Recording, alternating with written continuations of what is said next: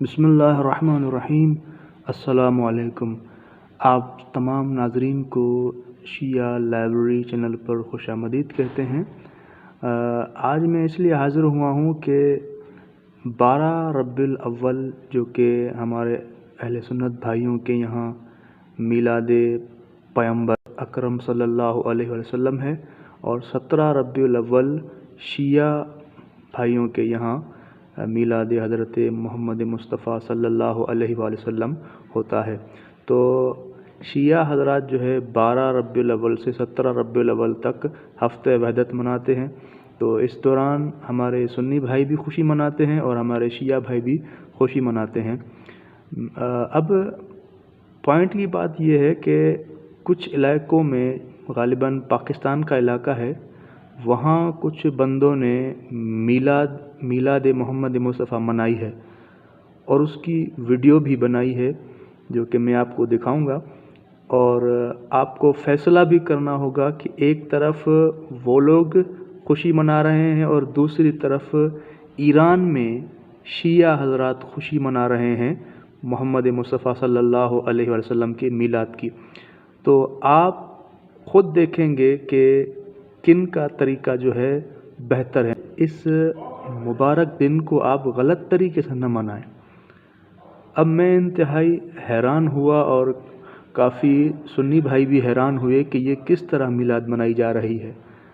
तो आप वीडियो देखें, उसके बाद फ़ैसला करें कि कौन सा तरीका मीलाद मनाने का सही तरीका है।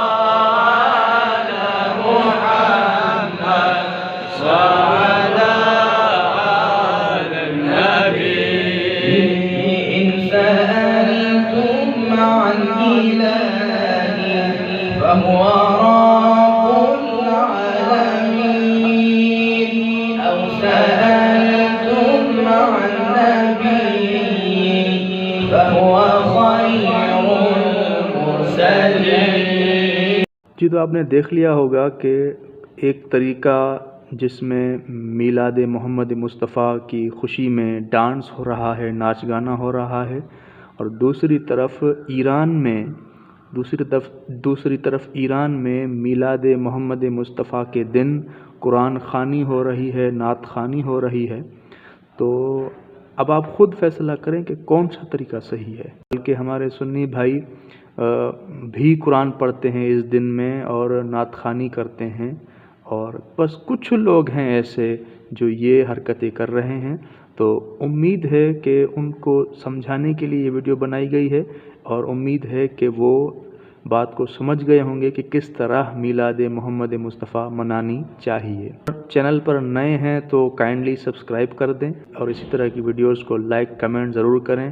खुदा हाफिज़।